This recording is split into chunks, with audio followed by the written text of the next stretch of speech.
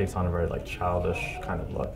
Independent, strong-willed. A lot of like beauty. It's always, what are you in relation to a man? I think it's hard because I feel like as a woman I sort of have to navigate between like doing things which are like too stereotypical and then being kind of looked down upon because like doing girly things is sort of like a less than. And I have to, you know, like wear jeans if I want to be taken seriously in the wood shop, instead of like, you know, I can't like shoes as much as I really like shoes because that's a stupid thing. And I think that like where we've drawn the line at like what's good and what's bad is sort of like biased towards like the men qualities being good, and it makes it hard, I think. Men are kind of forced by society to be masculine. Takes on the role of head of the family. Be a working individual. I think that the popular perception of men is that they are masculine in the sense that they are physical, they play sports, they're not necessarily have a lot of emotional depth to them.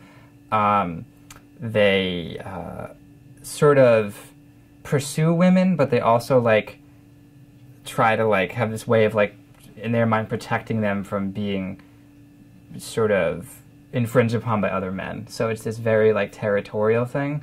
I think there's a lot of controversy between gender and race. I think that when looking at men alone or looking at women alone, there's a lot of differences between, you know, a black man, a white man, a Hispanic man, a Native American man, and likewise for women. You know, I feel like to say that society has a role for women without including culture is like looking at someone without really knowing anything about them. And I think that gender and culture are very tied together. I'm not sure what it means to be a man. I guess it's a funny question.